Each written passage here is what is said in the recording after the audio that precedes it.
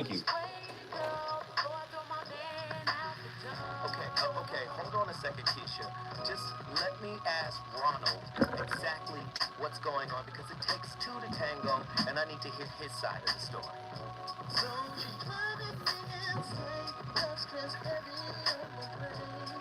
She keeps playing silly games, and I'm about to bring the pain. We seem to fuss and fight every day and every night. There's something right, so we can see the light. See the light.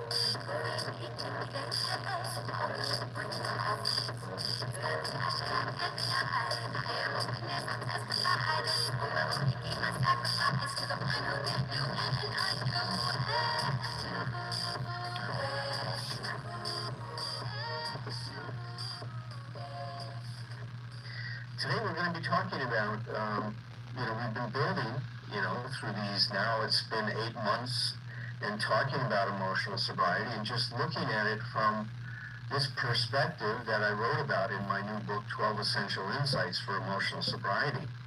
But what has to happen as we develop a practice that leads to emotional sobriety? And the first insight that I talked about was waking up from our sleepwalking. Is that we have to now come to a realization, and this is the way that Gurdjieff put it, is that we've been dreaming that we're awake, but we've been really sleepwalking through life. And what happens as we start to wake up, we realize that the consciousness that we have is just one consciousness of many possibilities. And that a lot of the troubles that we're experiencing is because of the way that we look at the experience that we're having in our life. And that experience is filtered through our consciousness. So the second part is that now... And there's somebody else speaking somewhere, Tom. Can you mute them? Thanks. When we wake up and start to realize that we've been sleepwalking, we start to now pay attention to how much consciousness are we really bringing to our life. And most of us realize that we're not, that we're like automatons just going through life, doing the same thing over and over again and not bringing a high level of awareness or curiosity to our experience. And so this begins an important change in our life where we now start to commit ourselves to living more consciously. And as we do that, we start paying attention to what are the things that are upsetting me in my life. And that leads to the third insight. Ladies and gentlemen, you already know what it is. It's Monday. Again, I'm not going to take my foot off the pedal. So you know I got to start the week off on fire. That was my friend, Dr. Alan Berger, is talking about something that he is a master of called emotional sobriety. And before I bring him in here, tonight's topic is going to deal, I think we're going to be able to integrate emotional sobriety and the need for it to be able to abate what this topic is about. Tonight's topic: I refuse the role of being cast as your personal devil. An intriguing look at the process of demonizing a significant other after a breakup, right? What are the psychological factors that contribute to the tendency of individuals to demonize their ex-partners after a failed relationship? Do we do it all the time? Dr. Berger is going to talk to us about it. How does the process of demonizing an ex-significant other serve as a coping mechanism for some individuals? Are there any evolutionary or biological explanations for the inclination to cast an ex-partner as a personal devil? Why I gotta be the devil in your story? You didn't do nothing wrong? Isn't relationship bidirectional by nature? Isn't it a dyad where, hey, we're in this together, mess and all? Oh, Lord, you already know. When we get in here, we're going to cook like the greatest chefs in history. My brother is on the line right now. I want to bring in my brother, Dr. Alan Berger, PhD. Talk to us, Alan. Oh, that's so good. It's so good to hear your voice. I love your excitement. I love your enthusiasm. One of the things I know about you, though, you are not short on passion, brother. No, sir. Passion for this. You got enough passion for this universe. Man. You do. Thank you, brother. Thank you, man. Thank you. So let's get into it. Why do some couples who, fall out with each other, why is there a tendency to demonize the other couple or member of the relationship as a villain or, a bad guy? Why is that? Well, let's start this whole discussion because we got some time, so we can really build into this, I think, in a nice way. And to try to understand consciousness a little bit better. Because it really comes down to what kind of a consciousness do we have? And let's use some of Piaget's work, right? Piaget was a developmental psychologist. And he studied the cognitive development in children. And to do that, he was wonderful. He came up with all these naturalistic experiments. So imagine this. So this 5-year-old is sitting there. And there's 2 beakers, the same size, and then 1 real tall beaker. Now the 2 beakers that have the same size have the same amount of liquid in them. All right, they're half filled, right? Mm-hmm. So the examiner says, or Dr. Piaget would say, do these two glasses that have liquid in have the same amount of liquid, or are they different? The child says, quickly, without even thinking about it, they're the same. Why are they the same? Well, they have the same amount. The child even points to the beakers and puts their hand up on the beakers. They see they're the same level. Now, in front of the child, the examiner picks up one of the beakers and pours it into the taller beaker. Now, of course, because it's a smaller, circumference, the level of fluid is much higher. Now the examiner says to the child, do these 2 beakers have the same amount of fluid, or are they different? You know what the child says, though? What? They're different. This one has more. You see, at that age of development, the child can only focus on one characteristic of the phenomena that they're observing. And what they're focusing on is which one is bigger. Here's another experiment. I set out, I've got 3 graham crackers. You know how they got their split in the middle, right? But 3 whole graham crackers. I put 1 in front of the child and 2 on my side. And I say, have I distributed these graham crackers fairly? The child says, no, you have 2, I have 1. I reach over, I break the child's graham cracker in half. And I say, how about now? The child says, thank you, now we have the same. I have twice as much. Right. So you see, the child's consciousness can only see reality in the way it can see the reality because of their current cognitive development. Mm-hmm. Now, what we don't get is that our consciousness is also shaped by our emotional development. So if my consciousness is, let's say, undifferentiated, we'll describe what that means in a minute, then I'm going to look at the world by just focusing on one dimension of what's happening. Wow. And if there's a failure, obviously it means that someone did something wrong. Mm-hmm. Now, combine that in our society with what does our society applaud? Does it applaud failure or success? Success. Well, oh, of course, man. Mm-hmm. Listen, we're obsessed with that being number one, being always winning, right? If you lose, you're considered what? A failure. Who wants to be a failure? Mm. So now you take this undifferentiated consciousness that's looking at the world in a very linear way, not like you were talking about before. See, a higher level of consciousness does exactly what you talked about. So it's bidirectional. Yes. We don't think in terms of A creates B, B creates C. We think of everything operating as a system. Yes. It's all an interplay. I mean, I've heard you talk. You do a wonderful job talking about this in your books. Mm-hmm. The holographic relationship. I just love it, man. Thank you, brother. Thank you. Hey, you're hitting on something big right here, Doc. Really, can you go deeper into this contextual understanding that the conscious mind is able to tap into? Well, so Lynn, you talked about it. Do we demonize after the relationship? The real problem starts during the relationship. If you've got this low level of consciousness, then you are, first of all, very much dependent on what the other person's doing for your well-being. And if they're not doing what you think they should do, or if they're not following what we call the unenforceable rules, then you look at them as, they are failing you. They obviously don't love you.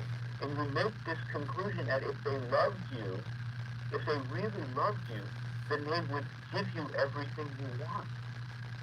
They would meet all your needs. Or be everything you want, right? There you go. Right on, Bill. Right on. Go ahead, finish. I'm sorry, Doc. Well, but it's great that you jump in like that, because then what happens when they don't? Obviously, there's something wrong with them. The last conclusion we would have is that somehow that we're participating in this folly that we're creating. We think of course, if they're doing something wrong, and if they were just different, we'd have a great relationship. Hey, hold on, ladies and gentlemen, hold on. Dr. Alan Berger is in here cooking early. Let me just say, he talked about this consciousness piece. You guys have heard me talk about it a whole lot over the past year and a half. I call it spiritual immaturity, but Doc is in here cooking. When we come forward, more from the voice of reason. We on fire tonight. Woo-hoo!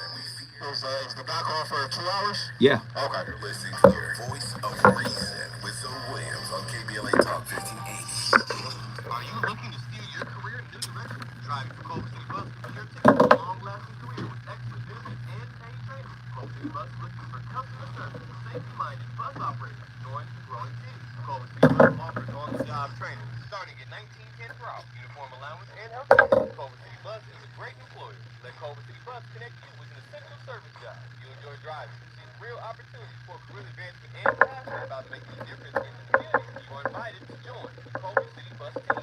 Start your journey today by submitting an application at culvercity.org/jobs. For more info, visit culvercitybus.com or call live customer service operators at 310-253-6500.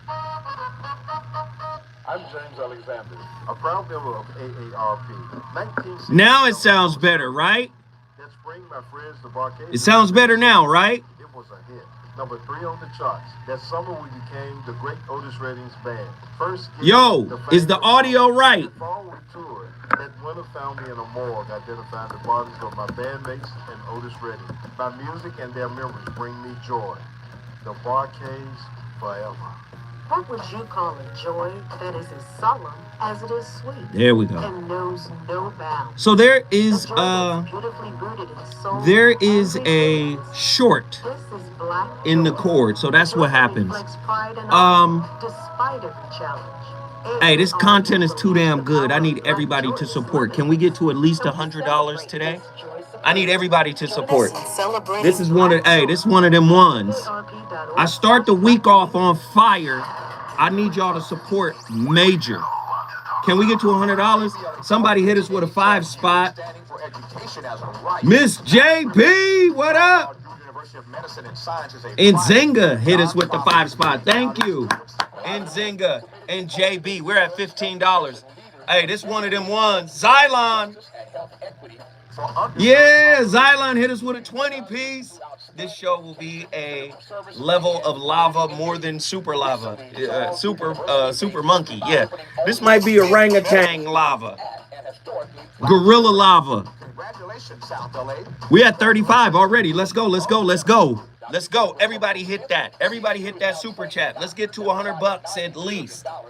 All right. Benefit to Watts and surrounding neighborhoods. To apply for medical school, get more information, or sign your child up for the Junior Doctors Saturday School program, visit True Monger in the building. Strong. My brother. We have $45. It's already cracking. Let's go. If everybody gonna do a 10 spot, let's everybody do a 10 spot. Let's go. KBLA Talk 1580. You know you want some more. It's the voice of reason with Zoe Williams on KBLA Talk 1580.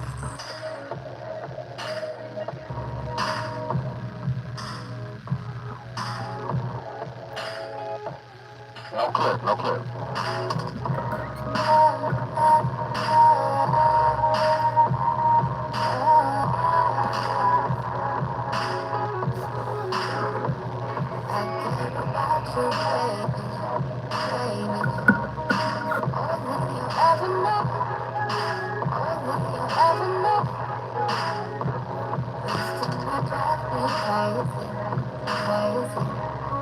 Ladies and gentlemen, you already know what it is. My playlist is my co-host.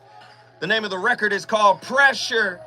That's Janae Aiko. Did I get it? Aiko. Janae Aiko. Yeah. You already know my playlist is my co-host. I always put songs together that make us think about the topic even more deeply. And tonight's topic is a heavy one. The demonization of our partners after a tough breakup is something that's quite common. The demonization of an ex-partner can indeed be a reflection of unresolved feelings or unresolved conflicts. When a relationship ends, it is not uncommon for individuals to experience a range of emotions such as anger, hurt, betrayal, and disappointment. These emotions can be overwhelming and may lead to a desire to assign blame or vilify the ex-partner as a way to cope with the pain. Now, from a psychological perspective, demonizing an ex-partner can serve as a defense mechanism by painting the ex-partner as an entirely negative or evil person. Individuals may find temporary relief when they do this, when they paint their partner into this bad guy role, right? As a means of being able to deal with feelings of guilt, sadness, or inadequacy. It allows for them to shift the blame onto the other person, absolving themselves of any responsibility for the relationship's failure. My guest tonight, this is my real friend, Dr. Alan Berger, PhD, author of Emotional Sobriety. Get in here, Doc. There you go. The description you just read is so right on, man. I would just sweeten the pot a little bit. And I would say that these unresolved feelings are oftentimes a result of a childhood trauma that hasn't been addressed. Mm. You know, so if you got some issues that you haven't worked through, you know, I love the analogy that childhood trauma is like being in a car accident that kind of fragments your bone. Mm-hmm. And so you may heal up from that accident, but you got these bone chips in your body, right? Mm-hmm. And then through time, they start working their way to the surface of your skin. Sometimes that might take a couple years, sometimes it may take 20 years. But what happens in a relationship will trigger all of these unresolved childhood traumas that you have. And so when that bone chip breaks through the skin, it tears your skin apart, and you are in a tremendous amount of pain. And then because you don't understand and you don't attribute it to the right issue, you say, God, if my partner was different, I wouldn't be feeling this way. Wow. See, they were supposed to make me feel what my parents couldn't make me feel. They were supposed to reverse the trauma of my past and give me the life I've always wanted. So wait, Doc, you're hitting too hard right now. Are you saying there is a latent, unconscious hope and desire that our partner, our significant other, kind of shows up in our life as some type of hero to save us? Come on, talk to me, man. Well, that's it, Joe. It's because they're going to reverse the experience of my past. If I wasn't listened to, they're going to listen to me. If I wasn't seen, they're going to see me. If I didn't feel loved, they're going to love me in the way that I've always wanted to be loved. But no one can heal that. No person can give you that. You know, a relationship just doesn't happen like that. You can create that, but it's got to be something like you said. It's bi-directional. Mm-hmm. You and I both.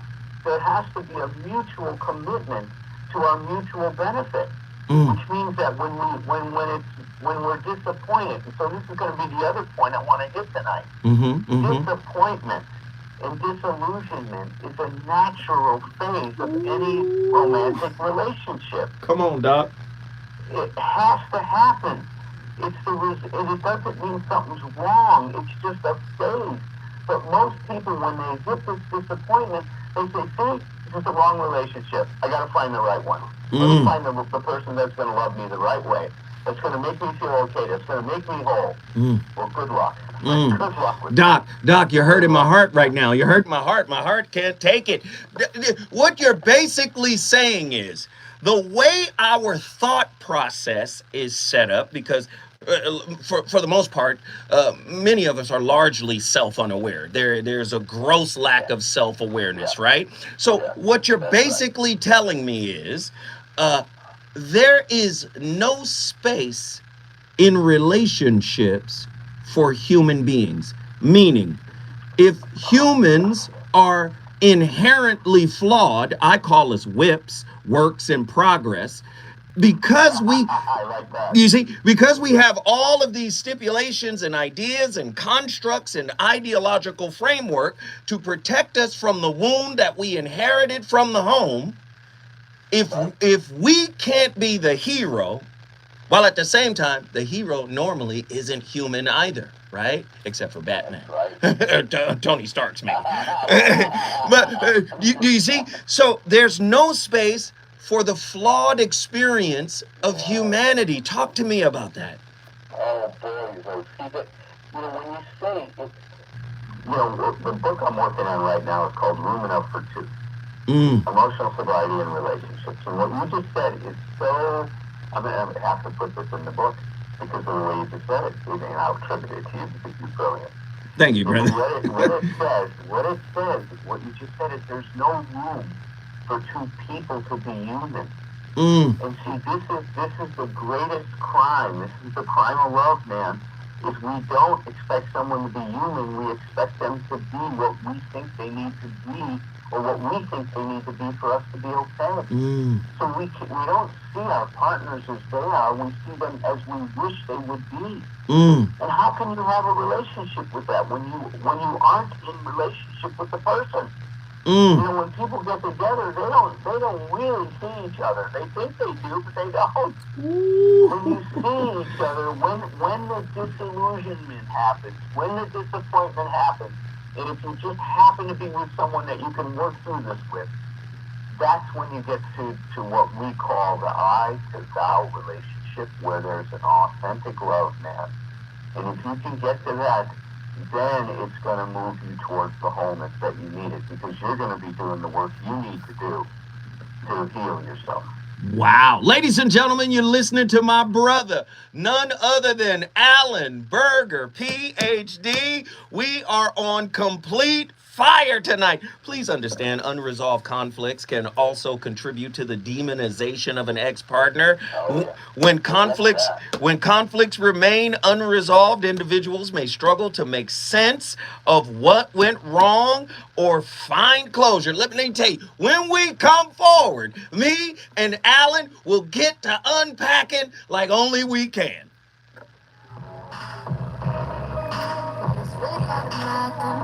Woo!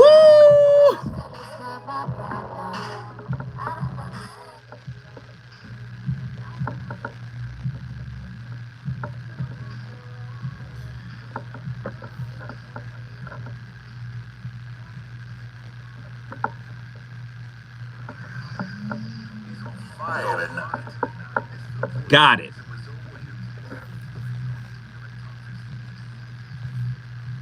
I don't know what y'all, y'all thought he was finna bullshit, huh? That's one thing I like about Alan, man. That mug keep it straight 100. Woo! You can't tell me this ain't fire. You can't tell me this ain't fire. Yo, we all, in 30 minutes, we $5 off the mark. Hey, if you haven't supported the channel, do it now. Hey, if you haven't supported the channel, do it now. Man, do you know who he wrote? Man, he wrote the damn foreword in The Shrouded Lighthouse. Who got The Shrouded Lighthouse where he wrote about connection? Huh? Alan Berger wrote the foreword for The Shrouded Lighthouse. Come on, y'all. We $5 short. Everybody hit that like button. We short on the likes. We short on the likes. Get the likes up. The likes are free. Y'all keep the support rolling. Listen, man, this dude got 50 years of experience in this game. Can you hear it? So whenever you get the chance, that was wants us to come up that BLM event. This right here? Yeah. Absolutely. Once an hour, so anytime during the day. Yep.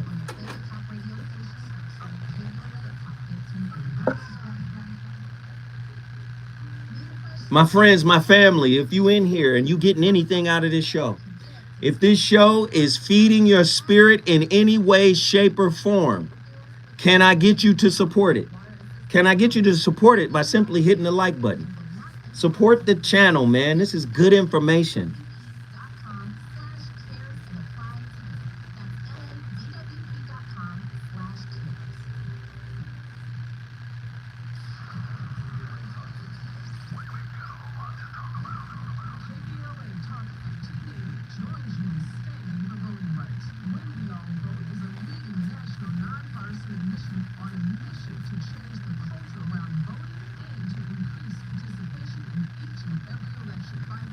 Come on, y'all.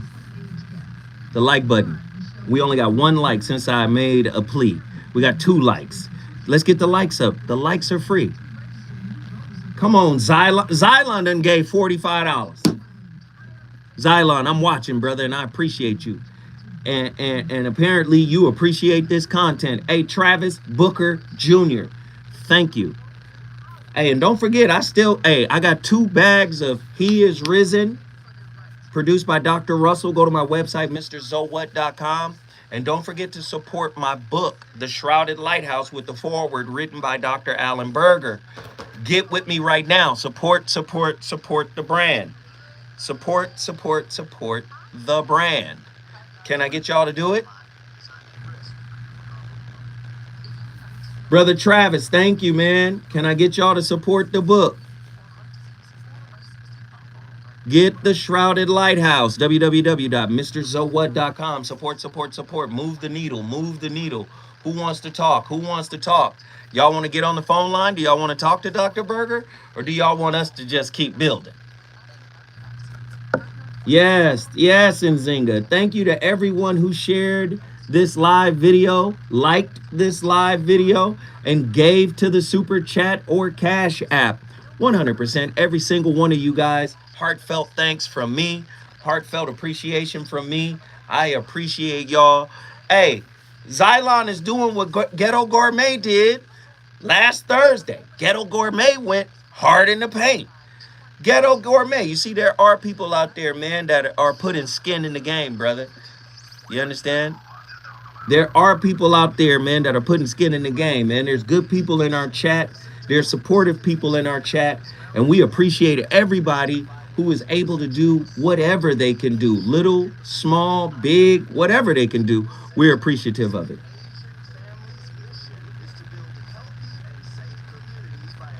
More Miss Max says hello. Hello, more Miss Max. Hello, hello, hello. How are you? We hope you're well.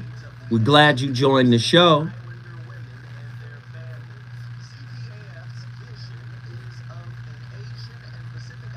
JT in the building. What up, JT? Our people in here. Let's share the video. Let's like it up. Let's share it. Let's like it. Let's share it. Let's get people talking. This one of them ones. You understand? This is definitely one of them ones.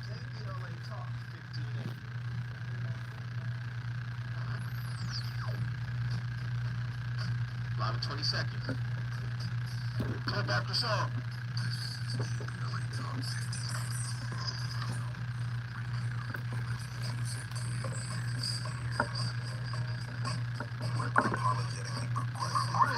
KBLA Talk 1580.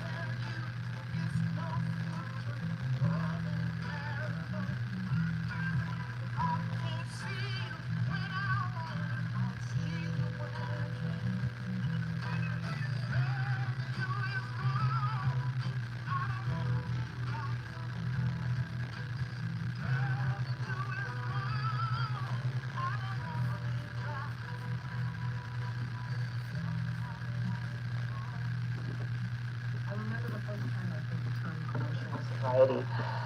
And it totally scared me because it sounded like something that I didn't know how to do. But I knew in my bones it was something that I craved. My problem wasn't ever substance abuse. That wasn't the issue that I happened to have. My issue was childhood PTSD. And that's what was turning my life upside down in a way where it was very much like being an alcoholic or a drug addict. I was exhausted all the time. I was late to things. I got angry easily. I was sad a lot. And this was back before there was a word for what happens to people who were traumatized as kids. I thought it was just me. And I was embarrassed, and I wasn't too sure that I knew how to change. So the feeling I got from those words, emotional sobriety, was like, it was just really powerful, and I wanted to have it. In recovery circles for drugs and alcohol, the word sobriety is a really important thing, obviously, but it means more than just not drunk or not high. In the context of substance abuse healing, sober means a person is living in a frame of mind and in an emotional state that is even keel and non-dramatic and that helps prevent relapses. Woo! The voice of reason is on fire, live from KBLA Talk 1580. You know we in the heart of Leimert Park. Tonight's show is on absolute fire. This is hot monkey lava of the hottest degree. We're in here with my good friend Alan Berger PhD. He is the author of 12 Essential Insights for Emotional Sobriety, getting your recovery on track. Or is it unlocked? My eyes are unstuck. Got it. And I got new glasses on. But let me say this, Doc. This is big. Listening to the clip and listening to you, are you saying most of us are emotionally intoxicated, under the influence? We don't have the ability to self-regulate our emotions, so the emotions are running the insane asylum. Is that what's happening for most? That's it. Well, that's what's happening, man. Listen, it's this low level, this undifferentiated consciousness that we're talking about makes us very much dependent on the environment for being okay. So what I say is it creates an I'm okay if consciousness. I'm okay if you love me the way I want you to love me. I'm okay if this happens the way I want it. I'm okay if you read my script and follow it. See, it's this I'm okay if mentality is so problematic because first of all, it's coming out of our this idea we have. I call it the big lie that somehow my being okay is going to depend on what's happening to me. Instead of it depending on what's happening for me, right? Instead of me being able to show up and to be able to have the right kind of relationship with my experience. And see, this is where we've abdicated so much responsibility. We give so much to the environment. We expect so much from life and so little from ourselves. I'll say that again. We expect so much from life. And we expect so little from ourselves. And it's never going to work like that, man. It's putting the cart before the horse. And you know what's really heavy about what you're saying? You know how I like to do when you talk. I reframe it, right? Yeah, I love how you do that. I love it. I can't wait for it. Get ready. And what you said put me in the mindset of most people are in pursuit of quiet over peace. See, peace is an internal thing that settles everything down. This goes back to Jesus when he says, peace be still. But most people are in search of quiet. And quiet is a kind of escapism. This is too much. This is overwhelming. Let me leave. Let me bolt. Whereas peace can turn itself into the eye of the storm when in the storm. So there's a distinction there because they can regulate, right? They don't get intoxicated by the chaotic emotional environment. Talk to me more about the process and the distinction between peace and quiet. Well, you're putting your finger on it. The way you're describing it is wonderful. What we say is that what we get to with emotional sobriety is we learn how to quiet our mind and calm our heart. See, that's self-soothing, isn't it? That we learn how to soothe ourselves. But look, if I'm dependent on you to be a certain way, then you have to behave that way for me to be okay. If my being okay, see, what I say is emotional sobriety creates an I'm okay even if consciousness. Now, those are easy words to say. You know, as you know, I'm going through my own personal crisis right now. I'm struggling with a lot. I do know that I can be okay even if. Right. It's going to take me some time to get there. Mm-hmm. You know, I'll never forget when I first called you up and I said, "Hey, Bill, man, I'm really going through a tough time," and you were right there with me, brother, and you said, "You know, Alan, sometimes the bullet that misses you hurts as much as the one that hits you." Woo! You remember that, huh? Oh my God, man! I took that into meditation for a while, brother. I mean, because you're right, man. Is what I was going through is I was waking up as I was coming out of my trance. I was seeing that the relationship I was in was not giving me what I needed. You know, all the focus was on, like you said, I was being demonized in that relationship. And see, this is one of the things that would happen. See, it's a very interesting thing. And John Gottman, the fellow that did all the studies, he did some amazing longitudinal studies on relationships and marriage specifically. And what he saw was that when a marriage was going down the tubes, meaning when it was heading for divorce, that the partner that's going to divorce you recasts everything that you've done negatively. Everything. There is nothing redeeming about you. And I remember when I was going through this in my current situation, that the way that my ex-wife, soon to be, was describing me, I couldn't recognize the man she was talking about. It was like, did somebody come in and put a pot under my bed and do a body snatch on me? I mean, is somebody else going to showing up in my life and masquerading as Alan Berger? I could not relate to the guy that she was talking about. I didn't see him. But see, she saw me that way, and she saw me that way, like you said, because she had to justify her walking out, her leaving. Ladies and gentlemen, I don't know if this is resonating with you, but I do know it is resonating with me. These are the type of discussions that must be had. A lot of times people don't like difficult discussions in relationships because they believe relationship is the safe haven away from the difficult conversation, but wrong. It should be the actual, what is it? The relationship should be a think tank for difficult conversations. Now, of course, you're going to need like a framework for how you talk about these things. But again, you're going to get villainized if you don't have that framework. Then you're going to look at unresolved conflicts, right? Unresolved conflicts, they're going to contribute to the demonization if the relationship breaks down. Again, empirical data supports the notion that demonizing an ex-partner is often linked to unresolved feelings or conflict. Research has shown that individuals who engage in more negative post-breakup behavior, such as spreading rumors or engaging in character assassination, tend to have higher levels of emotional distress and difficulty moving on. These behaviors are often driven by unresolved emotions and a need to regain a sense of control over the situation. What are your thoughts about that, bro? Oh, well, that's it, man. See, it's none of us like to feel that we're out of control and that we're powerless.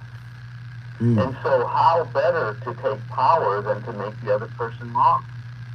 Look, if the problem is in you, then my solution is to leave you. If you're the problem, then my leaving is going to solve my problem. And you and I know, Zoe, we've been around too long.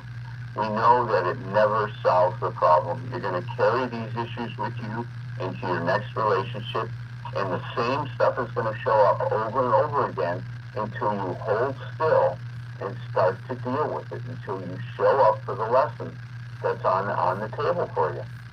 And that's why you and I have said it many times. I mean, we did this great double CD set called Love Matters Revealed, right? It's so wonderful, and everybody that's listened to it just loved it. And, you know, one of the things we said in this thing is that trouble doesn't mean that something's wrong in your relationship. It's design. That's why I said the disappointment, the disillusionment, it's exactly what's supposed to happen.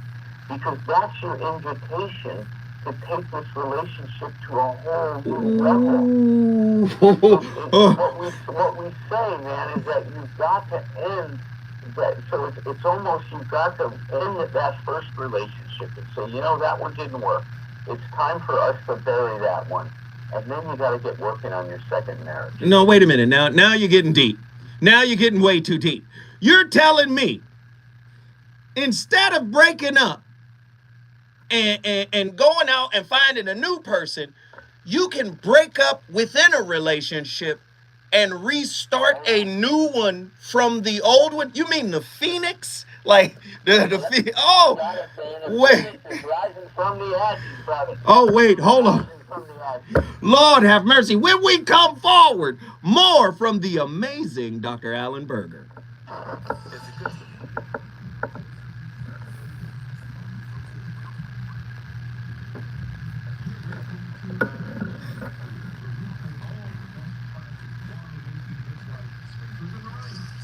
Hey, I don't think y'all understand. This is grown-up relationship talk.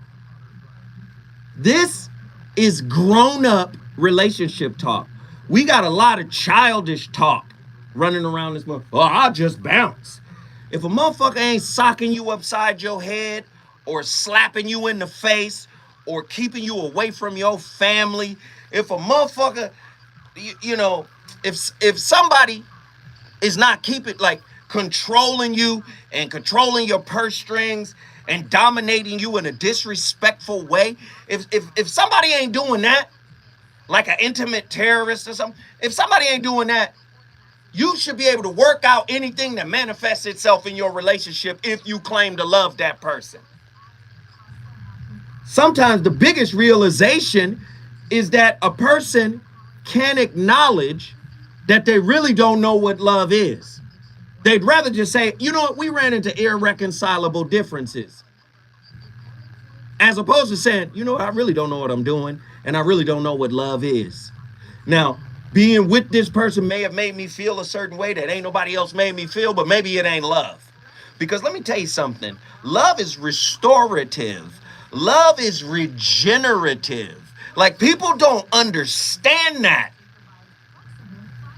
You resonating and ruminating and thinking about the negative more than you're thinking about, oh, this is what I got.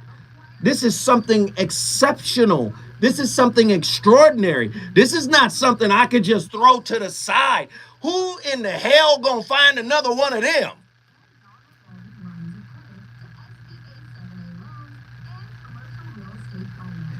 Again, you're relating to the level of your consciousness. The man set it up in the beginning.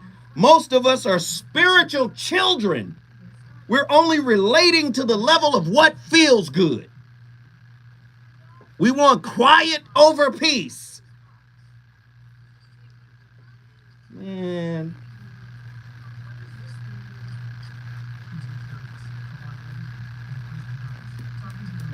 Y'all hit the like button. I'm excited. My brother's on. Y'all hit the like button. Can y'all do that for me? Y'all hit the like button. Hit it. Hit the like button. Hit the like button. Hit the like button. Show your love. Show your love. Show your love. Show your love. Hit the like button. Let's get those likes up. Let's go. Let's go. Let's go. And hey, if you haven't done it already, please drop $5 on the okay.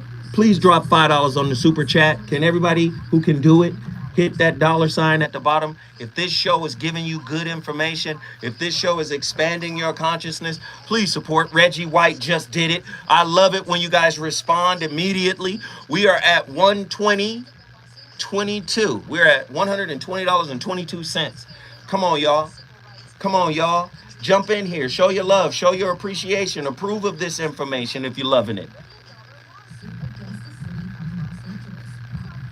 Is this one of them shows? Y'all tell me. Is this one of them ones? Y'all tell me. Thank you, Reggie.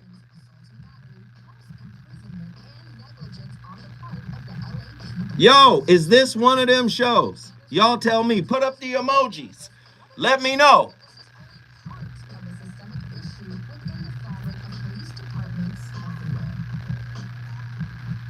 It's one of them ones. That's right.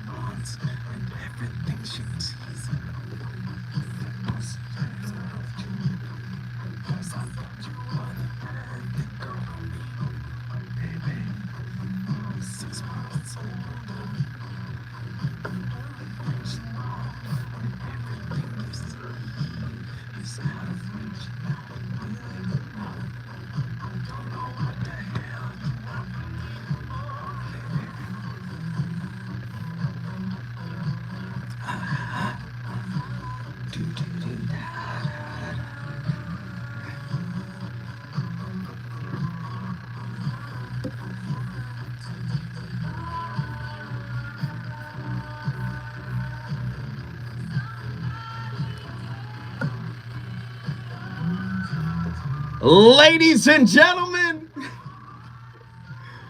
come on, George Michael. And wham, this is my playlist. My playlist is my co-host. You can't do nothing right by this person. You always wrong. Tonight's topic is on fire. I'm in here with my good friend, Dr. Alan Berger, and we are cooking.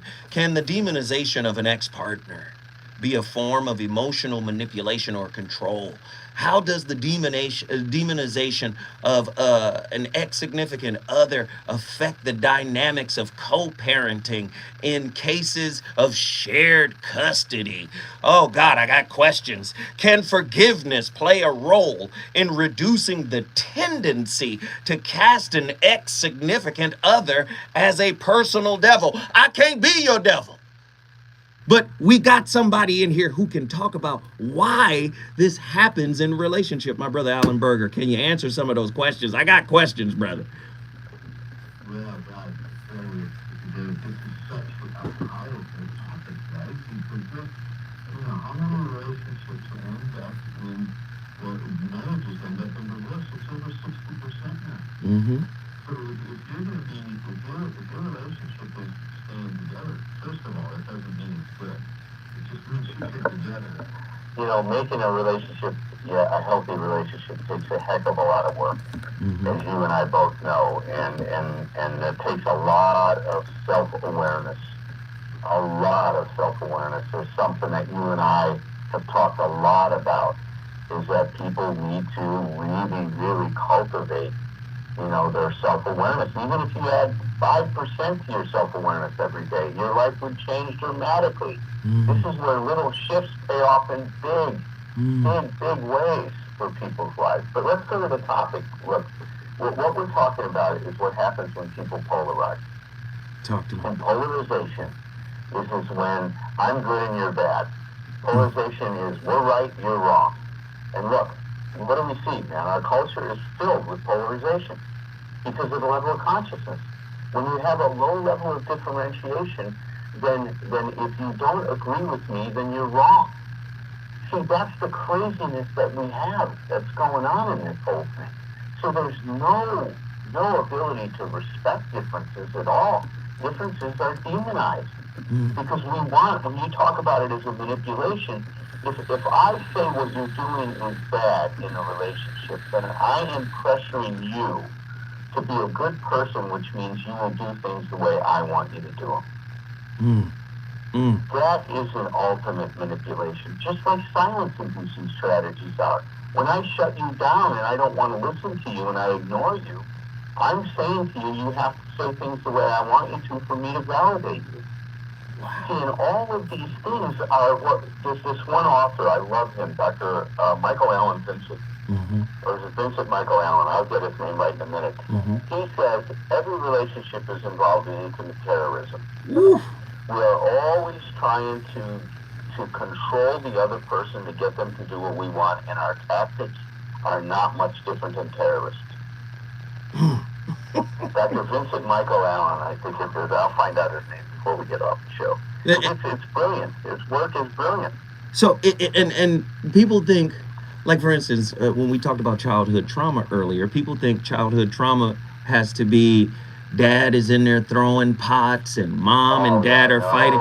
But there's layers to it. You can come from a household on the outside that looks normal, that looks happy, but on the inside there could be some avoidance. There can be some defective attachment styles, sort of, or challenging attachment styles. It could be communication issues. It could be a lot of things that are happening that contribute to the actual childhood trauma. People think that happens. And then they also think that violence, when you said intimate terrorist, that's a type of, domestic violence. But guess what? You were just talking about, stonewalling and gaslighting and come on, man, and shutting and project. Come on. You're selfish when you're the one being selfish. You're gaslighting when you're gaslighting. I can't trust you when I'm saying you can't trust me. See, all of these are ways of keeping the other person off balance so you stay in control of the relationship. Ooh. These are the things. That author's name, by the way, is Michael Vincent Miller. And I want to give it to him due recognition because it's an outstanding book.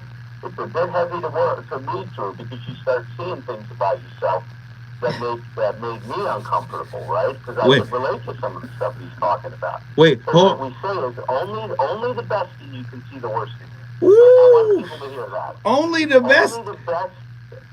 Only the best in you can see the worst in you. Oh my God. If you want to start working, start taking a look at the worst in you because that's the best in you operating. All right, here we go. When we come forward, back to my brother, Dr. Berger. He is on fire. When we come forward, we're going to cover more questions, and we're opening up the phone lines for callers if you want to ask Dr. Berger a question. KBLA 1580 Santa Monica. Ooh. Hey, get in here now. We got a couple of lines open. Get in here now. Only the best of you, man. I'm tired of playing with people. I'm tired of people playing with me. Man. Do you understand what's being taught on this show?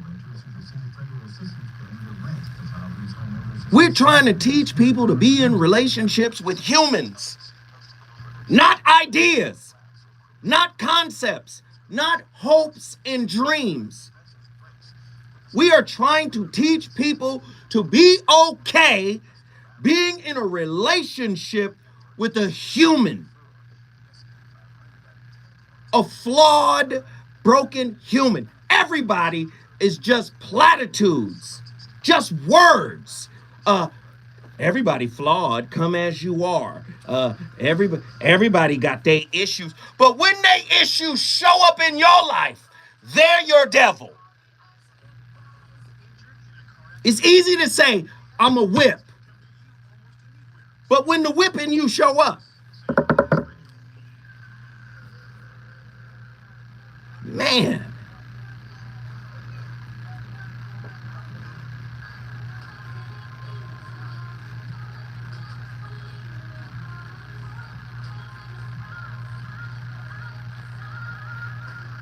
Yeah, in love with the language, in love with the ideological construct of a person, not in love with a person. The best motherfucker you know, the most perfect person you know is Toa. And if a person can't be with you, all of you, they can only be with the good part, they can't be with the bad part, that person don't really fuck with you. They don't really love you. They're not really 10 toes down. They're not really about you. Right? We make a lot of space for how a person feels. We make a lot of space for, okay, get it out, feel it. And yes, that's true too. But we also got to teach resiliency. We also got to teach strength. We also got to teach how you stand in it and how you transform yourself into the eye of the storm. We teach people how to duck away and just go hide out for a little while and then you'll be okay. But that's not the only way to self-soothe.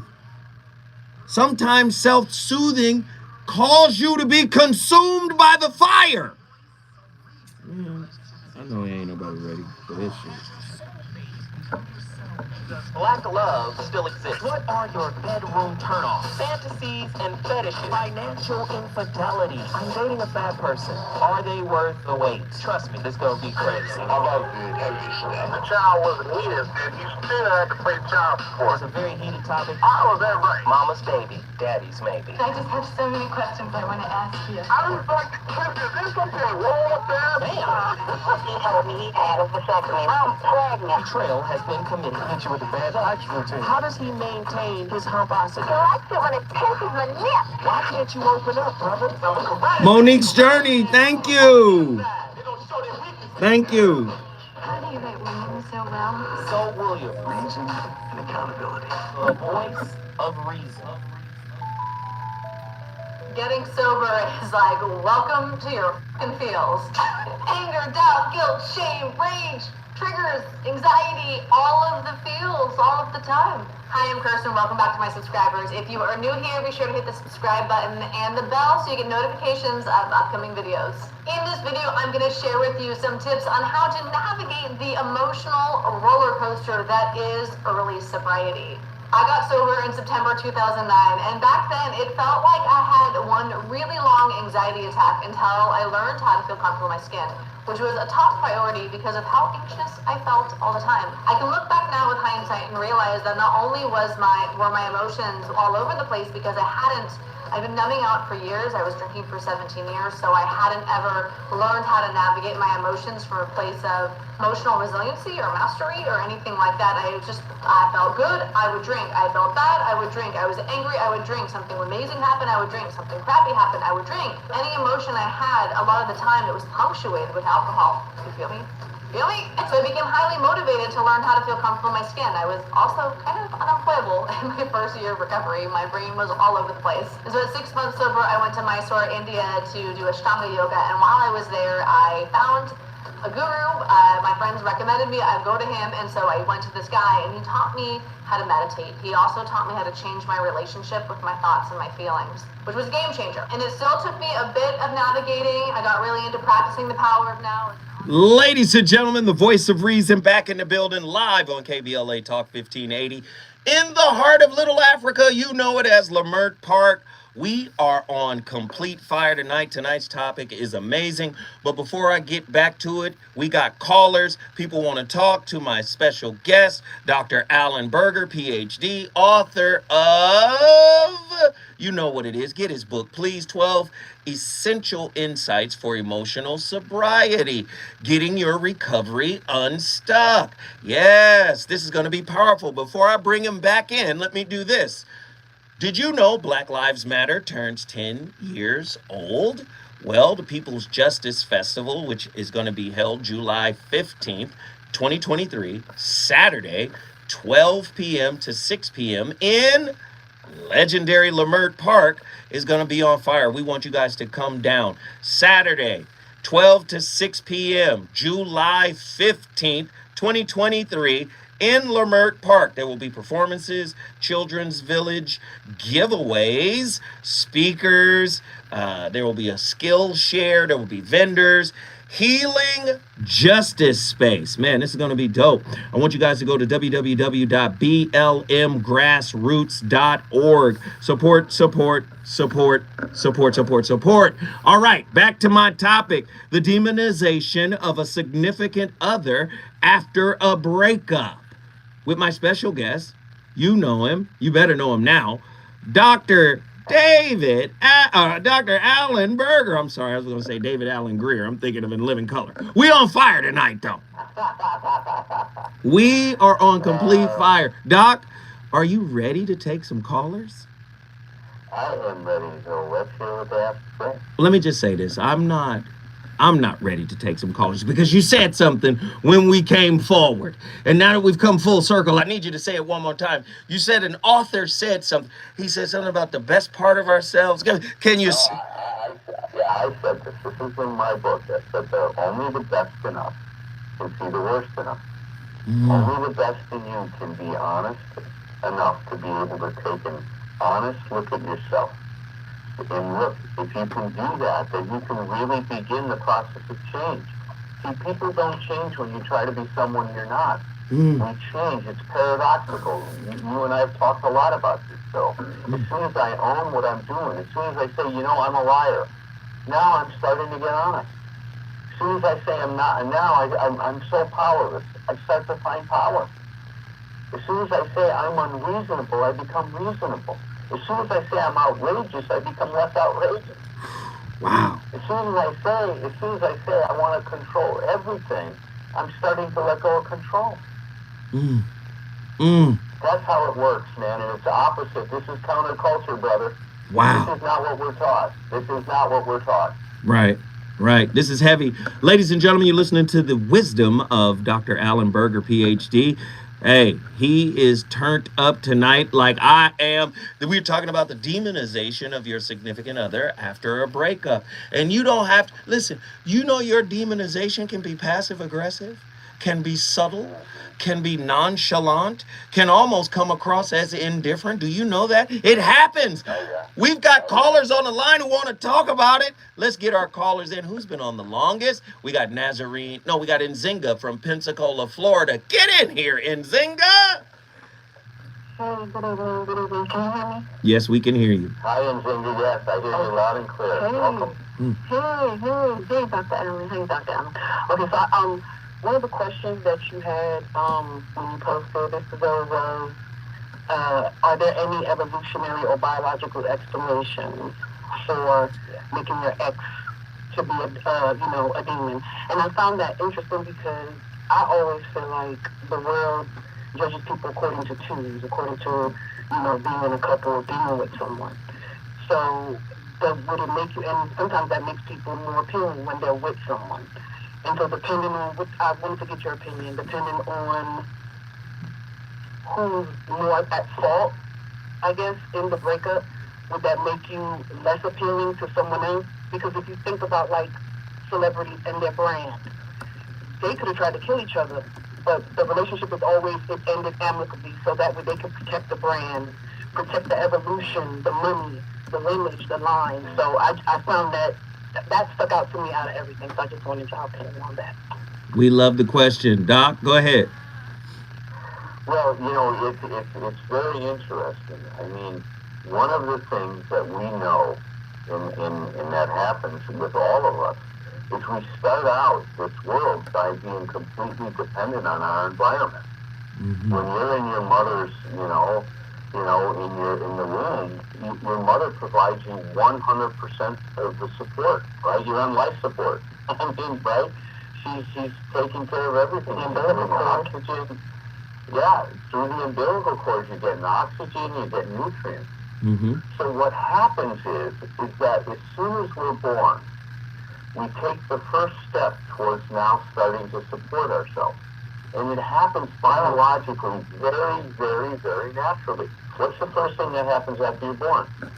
You start to breathe for yourself. Well, you cry to open up the airways so you can take the oxygen in.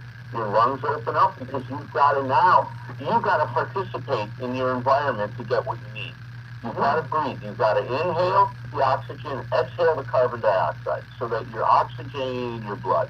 And we need that in order to support ourselves. That's our first act of self-support.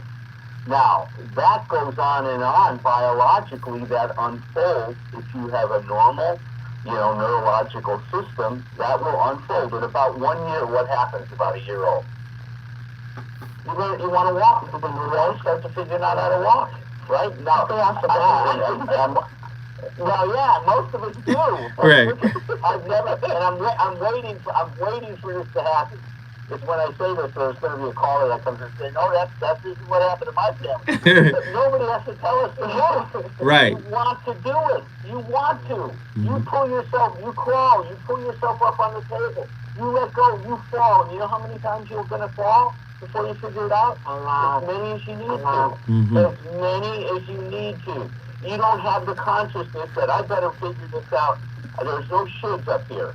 So you don't have that consciousness that says, okay, I got 20 times. I get to do this 20 times. If I don't have this mastered, after 20, I'm giving up this walking stuff. It's not for me. Right.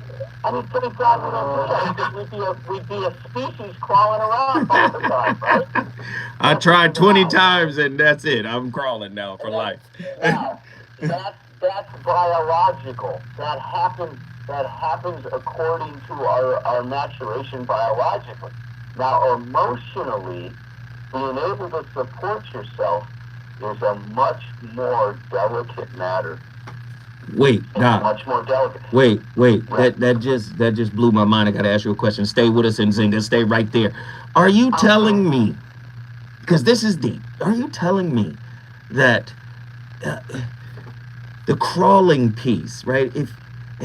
Do you think in our society today, because we have so many choices, that being able to choose and being able to choose to quit or do something different, do you think that has taken precedent over the process? Because whether you stop what you're doing with someone and choose another person, the process is still there. You've just changed the person. So when you gave me the analogy of a baby is not counting how many times it failed to walk, it's not even paying attention to any of that. It's just going to walk. Every failure gives that brain information on what it needs to do to correct so it can figure this thing out. You see, so we don't have that filter that puts a shit on us. Now, what I was saying about it being delicate, though, this is very important. See, now my ability to support myself depends on what I'm getting in terms of my first relationships and the kind of attachment that's taking place. See, if that attachment is insecure, I'm never going to be able to support myself. If it's chaotic, I'm not going to be able to support myself. We need a secure attachment. You know how many people have secure attachments? Tell us. Very few, man. We don't have that in our culture. We don't promote that. This is culture that's focused on all the wrong things. It's focused on having, man, not being. It's focused on I am more the more I have.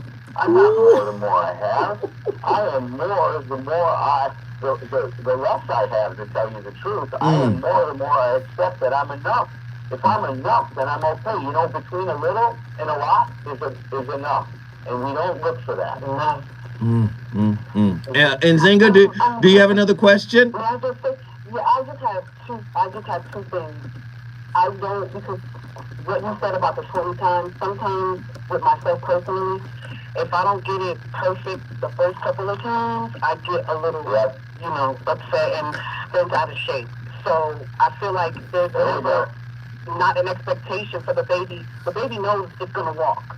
And in that walking comes the running, and you know when a baby starts to run, that to me, that's like real freedom for them. And the last thing I want to say is, Dr. Allen, when I first started watching Mr. Zone, I heard you say expectation is resentment on Lele, and that really has been like very instrumental for me. And that's part of the reason, because I was like, who this man got on his show saying stuff like this? I never heard nothing like this before. So I just want to say thank you for that piece, because I keep it in my phone pocket, and then that put me to watch Mr. Zoe even more. So thank you, and good night, everybody. Nzinga brought Pensacola, Florida in the building. If you want to bring your city in the building, all you got to do is call me at 1-800-920-1580. What my man Alan Berger just broke down is we are a society of intimate quitters. If it doesn't feel right, if you don't do what I want you to do, if you don't behave the way I want you to behave, I'm out. But guess what's constant? The process. You can switch me out, swap me out, but that process gonna be sitting on your couch no matter where you go. When we come forward, the voice of reason will keep cooking.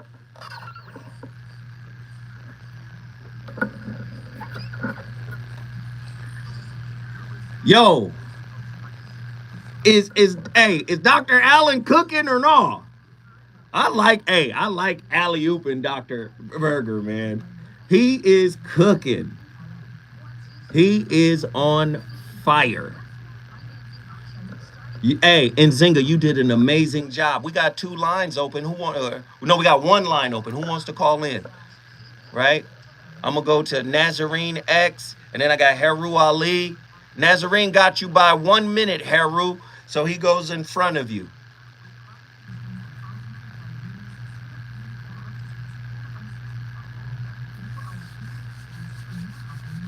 Hey, and that Love Matters Revealed CD, this is what you imagine speed dating is like? Funny. Listen, that Love Matters Revealed CD, an audio file, is on Amazon.com. You guys can support that. Shout out to Bun B.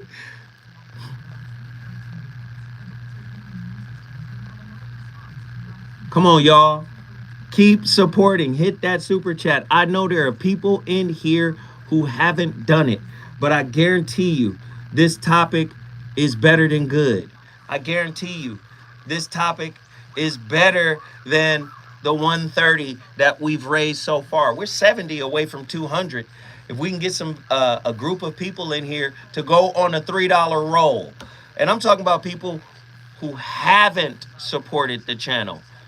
We talk about people who are reluctant to support the channel. Go on a $3 roll, twos and fews. If you got it, give it. Good shit tonight.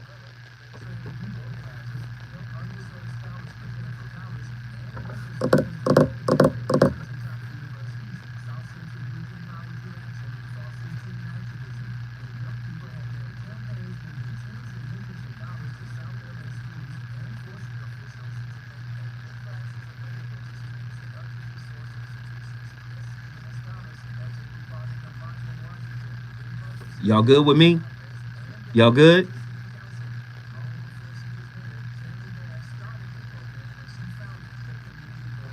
Y'all good with your brother?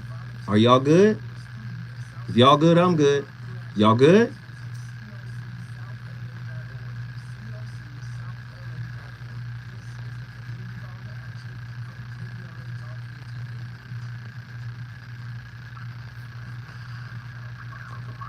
And Zenga, you killed it. Xylon Pharaoh, you already did it, brother. I appreciate you, Xylon. I appreciate you, bruh. Don't break the bank. Man, don't break the bank, brother. Don't carry this load by yourself, Xylon. Thank you, brother. I appreciate you, but don't break the bank, fam. It's about a collective movement. You feel me? Right? Collectivism. Let's do it together.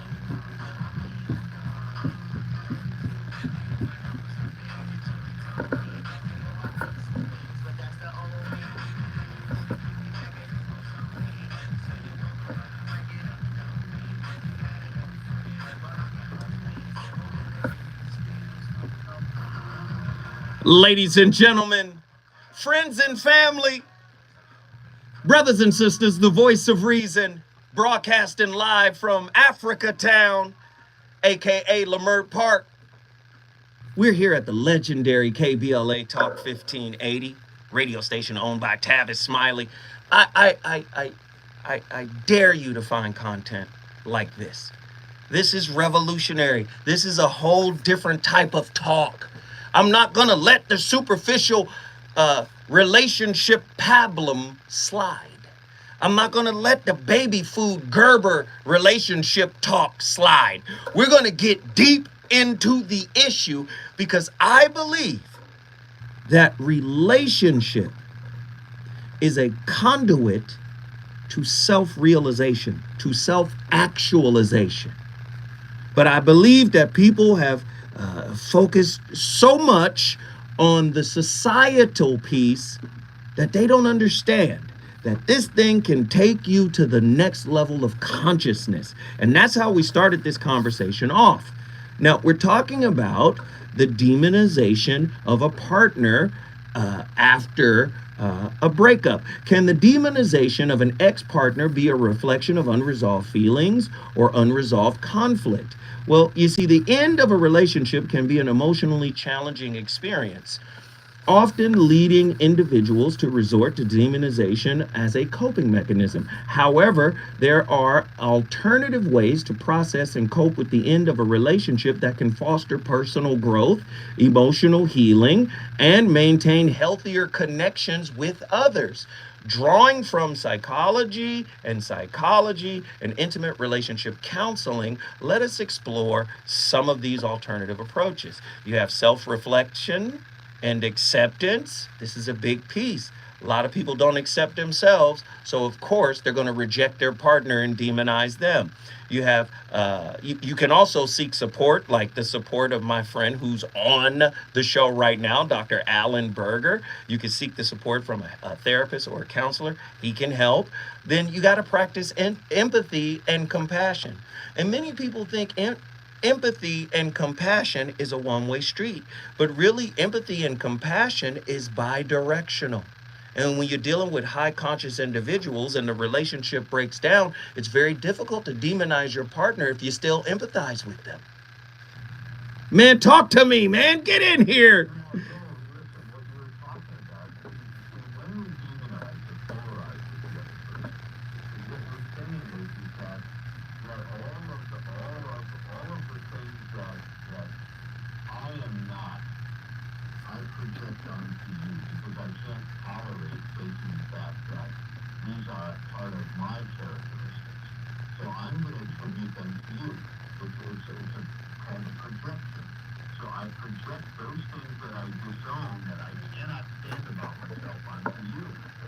Now, if you have what's called a projective fit, let's say you have any insecurity, then those things go right into your soul, man. You start to believe, and you start to believe, right, that what they're saying, if it wasn't for me, we'd have a good relationship. You start to buy it, and you go, if it wasn't for me, we'd have a good relationship. So wait, and now you called it. Now it's two against nobody. Let me say that. Oof. What happens with projection? It becomes two against nobody. You have joined them in their demonization of you. You have accepted the role that they cast you in because of your own insecurities, and now you've got a one-way ticket to hell, brother. Wow, you called it a projective fit? Fit, yep. Please, just really quickly, just give us a little bit of what a... Well, look, if I say, look, you're not a good person, and there's any doubt in you that you're a good person, you're going to take that on, and you're going to feel, oh my God, if I was different, we'd still be together, they'd still love me. Wow. That's not true. See, that's not true. What they're doing is what they're doing. It has nothing to do with you. We know that, but it's very hard to hold on to that reality. What people do is because of who they are, not because of who you are. They may blame you, they may try to dump it on you and all that stuff. It has nothing to do with you. The truth of it is, as you said earlier, Joe, if you go to a person and I say to you, let's say I'm in a relationship with a woman and I'm not getting what I need, and I go to her and say, honey, we're in trouble, we need to do something to turn this around. I love you, I care about you, can you join me in us figuring this out? If we learn how to invite and inspire love instead of demanding it, we've got a much better chance of having a better relationship. I'll say that again. We've got to learn how to inspire love, not demand it. And everybody that I see in this world, we start demanding it, and that's a surefire way to end up breaking up. Wow. Ladies and gentlemen, that is Alan Berger, PhD. He's on fire tonight. We got callers. Let's get them in here. Nazarene X, Atlanta, Georgia. Get in here. What up, though? Dr. Alan. Hey, Nazarene. Hey, please, man. I got to get that matters autograph and all that. I don't even really know what to say. I just want to big y'all up and just ask, in the midst of this, just believe that I kind of embrace the idea of being demonized so that I can identify my own godhood, like just use it in my strength. So it's like, for me, I look at, if I catch wind of someone so-called ridiculing me, like I'm open to constructive criticism. So I don't know if there's a way that if you're getting to know someone, like how can you maybe approach it and communicate to your partner like, hey, how do you plan to make me aware of what you might feel like I'm falling short on? Like, what kind of steps can we take on the front end and just kind of set the playing field to our mutual benefit? Yeah, I love what you're saying, man. It's right on. Listen, it's the spirit of this whole thing is that, you know, look, at neither one of us is going to be perfect. That's how it starts. I'm not perfect, you're not perfect. And if you go to your partner with some humility, instead of demanding that they've got to be different for things to be okay, then you've got a chance to create room enough for two people. That's the heart of it. If we can create room for two, we got a chance to make this work. But if it's going to be my way or your way, it's not going to work. There's no way and it can work if it comes down to that. And that's then where intimate terrorism comes in. Mm-hmm. We try to control the other person and do it our way, thinking that if they do it our way, we'll be okay. Mm-hmm. And that's not the road to okay. That's the road to not okay.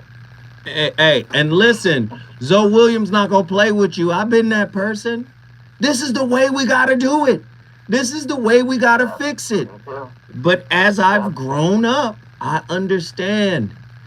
I've always said you can't convince an unwilling ear, and you can't convince an unwilling heart. That's right. That's the bullet that misses you still hurts, brother. Woo! There it is. Nazarene X, we appreciate you, man. Thank you. Listen, when we come forward, we got more callers. Dr. Berger is on fire. Get in here. He's on fire tonight. It's the voice of reason with Zoe Williams, exclusively on KBLA Talk 1580. I'm Doug Davis, and here's the latest from the Black Information Network. Over 42 million Americans are under heat warnings this week. Extreme heat is already hitting the southwestern states, including California and Arizona, and the dangerous conditions are only expected to get worse. In Texas, a new state law passed this year bars homeowners associations from excluding renters who receive federal assistance paying their rent. The Providence Homeowners Association last year barred landlords from renting to Section 8 tenants. Most of the neighborhood Section 8 renters were black, so critics saw the rule as racial discrimination. Wall Street is closing higher as investors brace for the start of second quarter earnings season. At the closing bell, the Dow Jones Industrial Average gained 209 points at 33,944. The S&P 500 added 10 points to 4409, and the Nasdaq rose 24 points to 1360. Somebody just gave us some money. We're at 140. Can we get 60 more dollars? Can we get to 200 bucks? We're at 140. Hey, we're at 140. Somebody just gave us some money. Who was that? Tone the Great. I appreciate you, Tone the Great. Thank you, Tone the Great.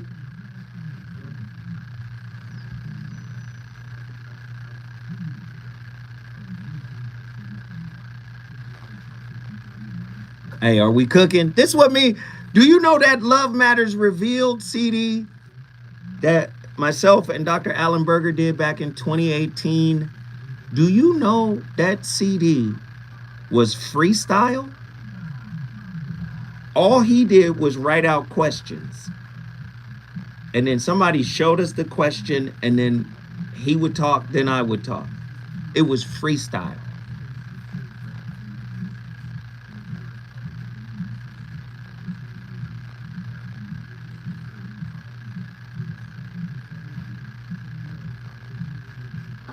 Oh, that's right. The Situation Shift is tonight. My TV show is tonight. New episode with Craig Fax. Craig Smith will be on tonight's episode. Y'all got to tap into that.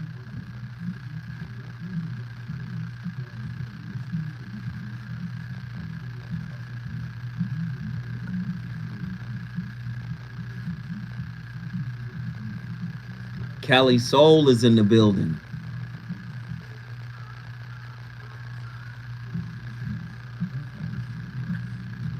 That's right. Cali Soul is on this episode too. That's right.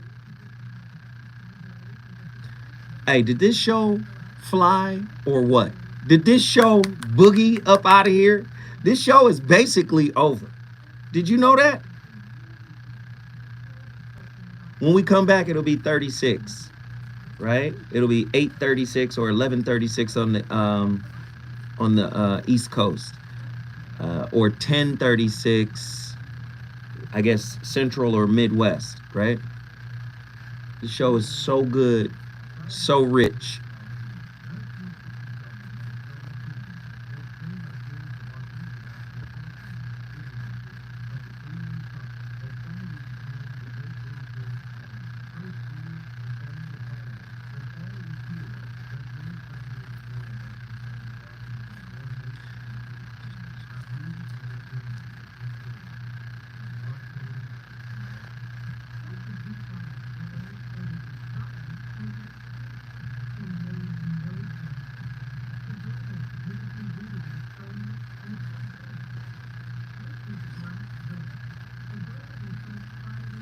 It did go hella fast. I appreciate y'all, man. I'm glad you guys show up every day. I'm glad you guys find some level of value. You do know that the shadow band is real. I have to mention it because it makes no sense when you have 72,000 subscribers and only maybe 60, 70 people show up. It makes no sense. But it is what it is. And it's been like this consistently. If you guys remember when I first came over here and we were doing the sports show, do you know I was getting 300 people for the sports show? And then slowly but surely, as we're doing the sports show, it started to dwindle. So it's very interesting. And I've been here almost a year and a half, and this show has just kind of just stayed in the 50, 60, 70, maybe 80 sometimes. Sometimes we get up to 80, very rarely do we get to 100. And when we do get to 100, we don't stay at 100. You get what I'm saying?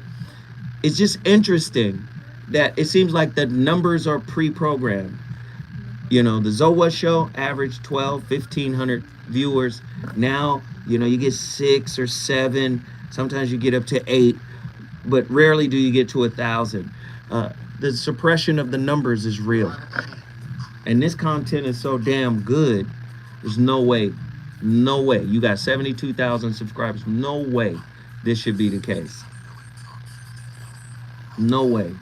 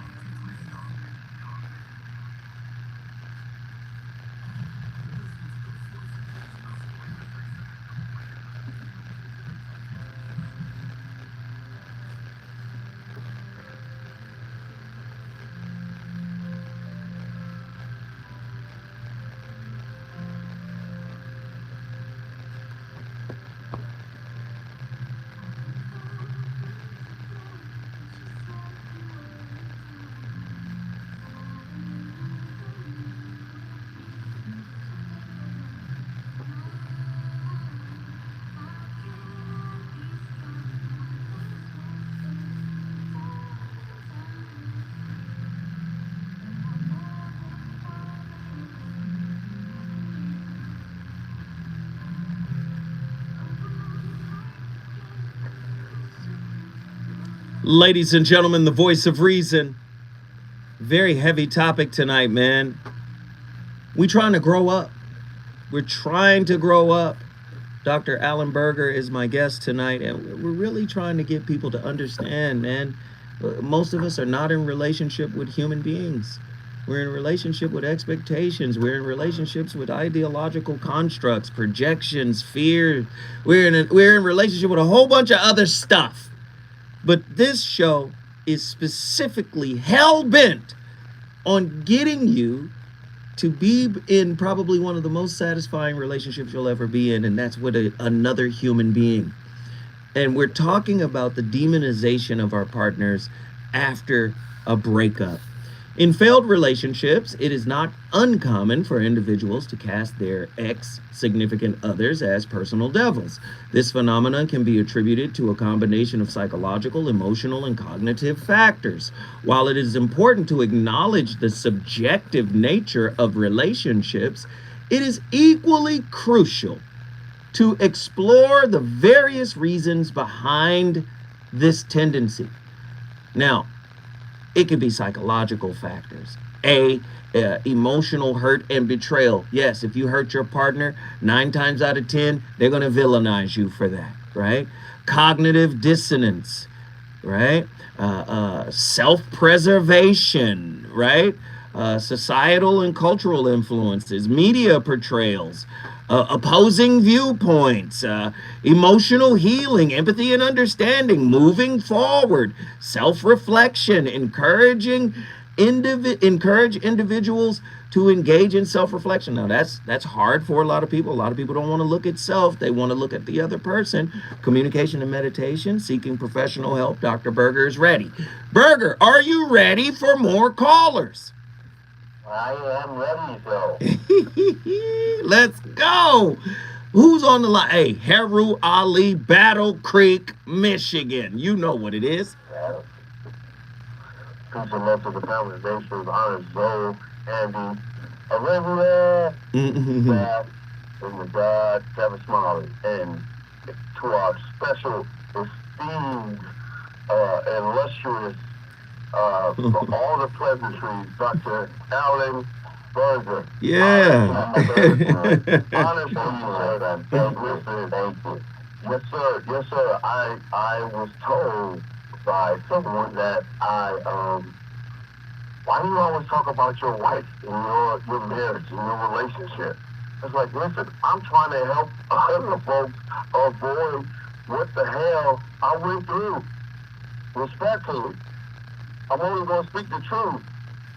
So I have 2 questions. When you say consciousness, what do you mean? And secondly,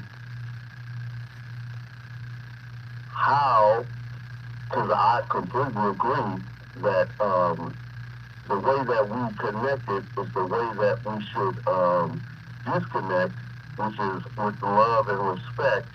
But how do you mitigate all those feelings when they just completely go scorched earth? Is that confusing? No, I understand what you're saying. We built an empire over 17, 21 years. Here we go again. I'm talking about my relationship. Okay, take it easy. Let him answer you, Heru. I know how you do. Give him space. Give him some breath now. What we're not gonna do. Respectfully. Okay, so your first question is, what is consciousness? Think of it as a lens that you're looking at life through, right? It's a lens. If the lens is out of focus, let's say you haven't gone and gotten your eyes examined for a long time, you're looking at the world and it's all fuzzy and stuff, because that's the lens. That's what consciousness is. It's the lens that we're looking at. Depending on our level of emotional development, our lens is going to be very, very, very colored with seeing the world in a very absolute way, in a black and white way. So we're going to think that, like Joe and I talk about, a lot of times a low level of consciousness is a linear consciousness. A causes B. Well, that's not true. In the world, we're all interrelated and all connected. I mean, it's all connected. I have a hand in your success, you have a hand in mine. It takes two hands to sink a ship, not one. You can't do it alone. Now, does that mean, let's say your partner has done something that's horrible, like has an affair and has been lying to you? Are you responsible for that? No. Were you responsible for maybe not paying attention to and being the best partner you could be and ignoring things? Yes, that might be a response, but you're not responsible for what their behavior is. You're not responsible for how someone else behaves or feels. You're responsible for how you show up in a relationship. And if we can help with that, then we can start to then there's no need to blame anybody anymore. Now there's just Heru, hold on. What it is, I gotta jump in here. Come on, Phil. Come on. Go ahead, Harold. I'm sorry, bro. I'm sorry, bro. No, I just don't want talking over each other because it sounds. Yeah, absolutely. that's all. But go ahead. I apologize. No worry. But Harold, what is the question? Or the statement? You were about to say something. Yeah, I've been told that I often call into your show and I talk about my failed marriage, right? Mm-hmm. And that's not to blame. I just want to give credit where credit is due. It's like, listen, she did this, and this is the reality. And what the major reality is, the parental alienation of my children. Oh, yeah. But let me just say this. So let me just say this too. That hurt you, bro. Yeah, absolutely. Right? And let me just tell you, you could be 100% right about everything that happened. Sure. But that hurt gotta get healed, bro. Yeah. You can't walk another step with that wound in your spirit, bro. Because it will let me just say, bro. Let me just say, because it's gonna color your reality, man. It's going to it's like gravity. It's going to bend space-time around it, bro. Okay, I'm listening. Let me try to help him, Joe, because I've had to deal with this a lot in my practice. And when one parent tries to turn their children against the other one, it's a horrible situation. And it's terrible, and it's very painful for you. What I can say to you is that if you continue to do the things, to be the dad, regardless of what's being said about you, you keep showing up and be the person that you want to be, regardless of what she's doing. And don't get into reacting. Don't get into don't play a tit-for-tat game. Don't start throwing her under the bus. If you do this, then as your kids grow older, they're going to see the reality. And I've seen this happen many times. Mm-hmm. And this is where our ability to be patient and endure some suffering for a while is going to pay off. Because down the road, they're going to come and they're going to see what she's up to. And then she's going to pay a terrible price for doing this. Yeah. They're going to resent her. They're going to hate her for what she's done to you. And they're going to come to you and say, Daddy, I am so sorry that I bought any of that crap. That's what if you can hold on to that, man, it can help you get through some very dark nights, and I know those are dark nights for you. Absolutely. I completely appreciate you, Joe, and Dr. Berger, respectfully. I don't want them to resent her. I just want them to have a conversation. Well, you can't control that, so I can reclaim over blame. You can't control that. Yes, that's what I want. I want claim over blame. But listen to the doc here. He said you can't control that. And this is a big... She's made her own bed, man. She's made her own bed. You got to let her lie in it. But she's doing this stuff. That's going to happen. So you can't control them. And you can say things like, look, I understand you guys are upset. And for whatever reason, Mom felt she had to do that stuff, and it's unfortunate. But look, what's important now is you see me who I am, and that's what I really appreciate. That's how you deal with that, man. Thank you. I really do appreciate that, because I don't want any other listeners and the folks who confronted me saying, you always talk about your wife. You always talk... No, listen, this has been my shared experience. And get this, 2 weeks ago, I contacted my ex and asked him about the grandbabies that don't know anything about me. I just want to know how they doing, because I'm still in that space of parental alienation. It's like, who doesn't want to know about their lineage? You took away their inheritance and my lineage. Wow. Respect to her. Peace and love. Thank you, Zoe. Thank you, Dr. Berger. Hey, man. Peace and love to the family nation. Heru, you already know, brother. I love you, man. And you know this is your place to come in and let it out, bro. All right? Thank you for the call. Battle Creek, Michigan is in the building because of Heru. If you want to bring your city in the building, all you got to do is call us at 1-800-920-1580. Listen, when we come forward, we're going to Austin, Texas, because one of our favorites is on the line. We love you, Haru. Haru, we love you, bro. You a soldier. You ain't perfect. Ain't none of us perfect. Man, ain't none of us perfect, bro.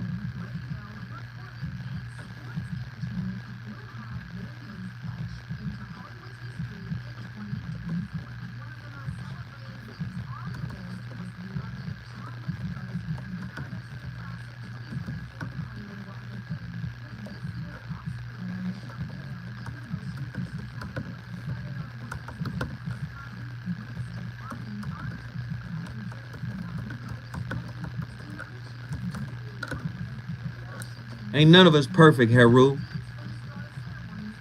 You a solid person from what I know. And solid doesn't mean perfect. Solid means you wake up every day fighting what is yours to fight. You, listen to what I'm saying. You wake up every day fighting what is yours to fight. Man, listen, man. That's all any real man or woman can do. Let me get the fuck up and fight the good fight against what is mine to fight. That's it. I can't be any more than what, keywords, I am. I can't be any more than what I am.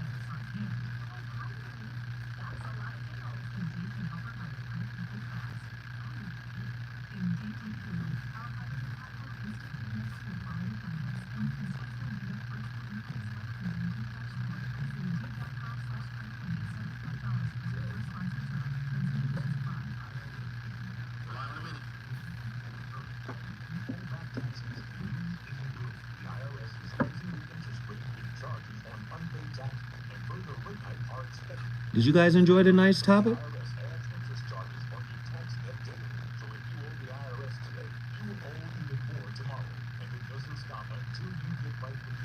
Victory is a daily decision, even minute by minute and moment by moment. I want my babies and grandbabies. I understand, brother. Shit, I understand. I hope y'all appreciated tonight's topic, man. I hope you appreciated the show.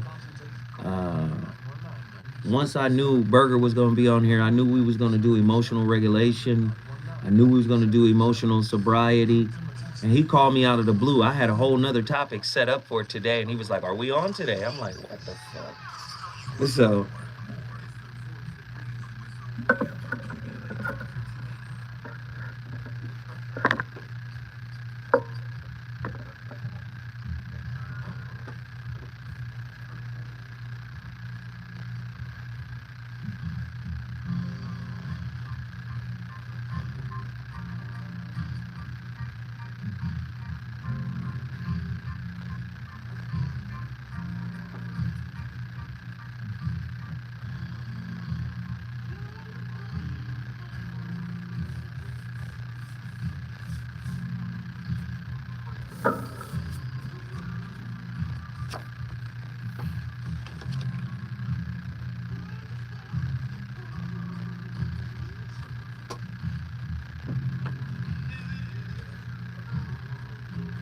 Ladies and gentlemen, the voice of reason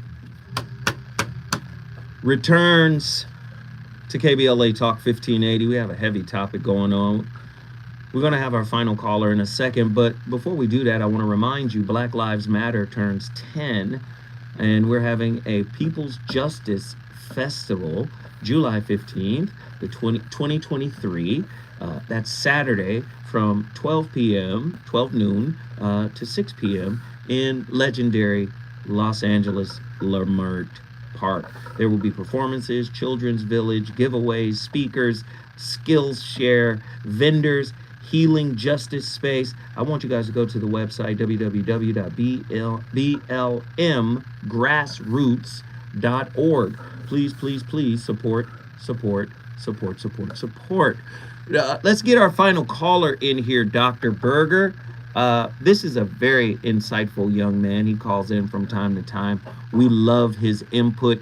I think you might like it too. Reggie, Austin, Texas, get in here. What's up, man? Dr. Berger and Zoe, y'all have given so much tonight. It's hard to narrow it down to one question. But just in the last hour, you spoke about starting a relationship again in the midst of your relationship. If you can see your relationship based on your point of view and your experiences, how do you erase all that and start again? Well, you don't erase it, Reggie. It's a good question. And there's no such thing as erasing. We're not etch-a-sketches, right? Where you can pick up something, shape it, and all the lines are gone. Right. That's not how we operate, man. It's what we have to do is we have to really, really integrate the knowledge that we're gaining from the failure. And see, it's very hard in our society because no one wants to admit that they failed, because that means you're somehow less than. I don't buy that shit. I'm counterculture, man. I think that when you admit you failed, that you're more than, you're not less than anything. That you're really being what a human being can be. Is that something that can really grow from any experience whatsoever?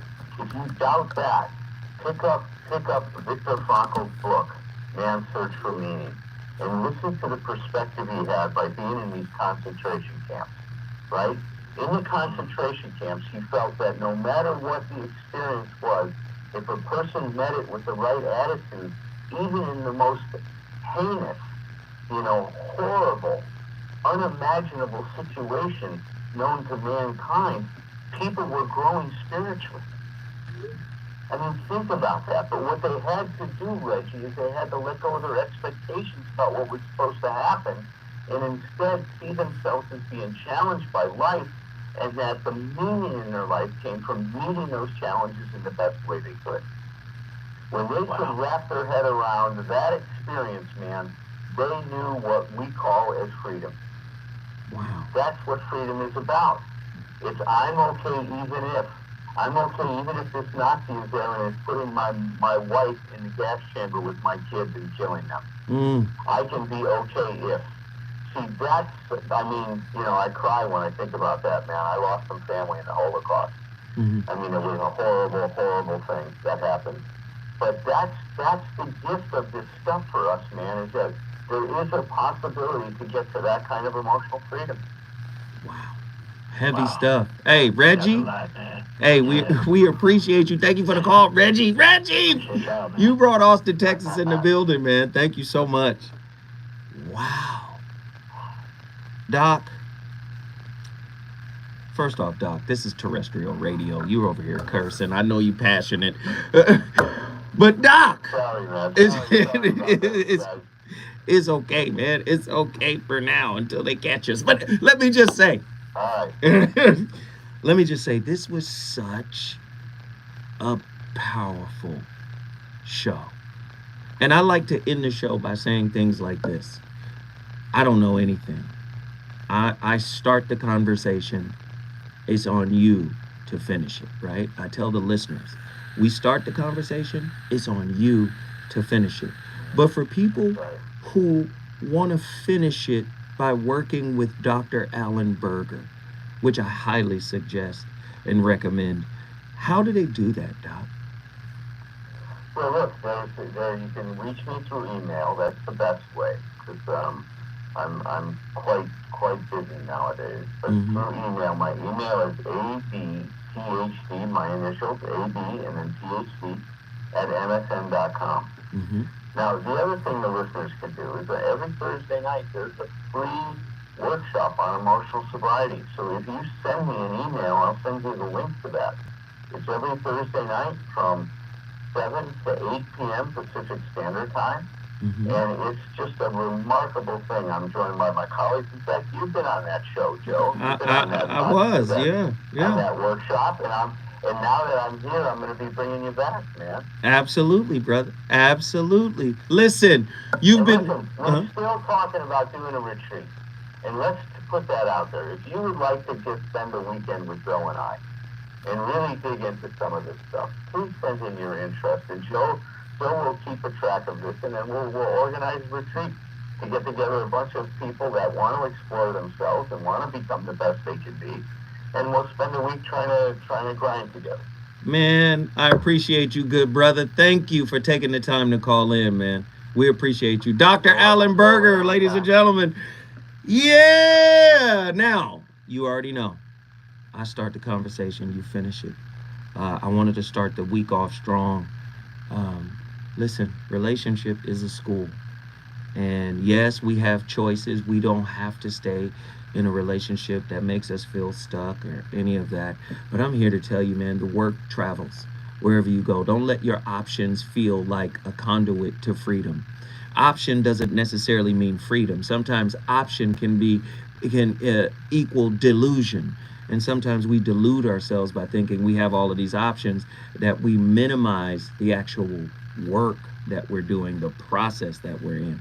Listen, up next, you already know RSVP with Jill. She about to keep it cooking. I'll see y'all tomorrow with another heater. The voice of reason. We go.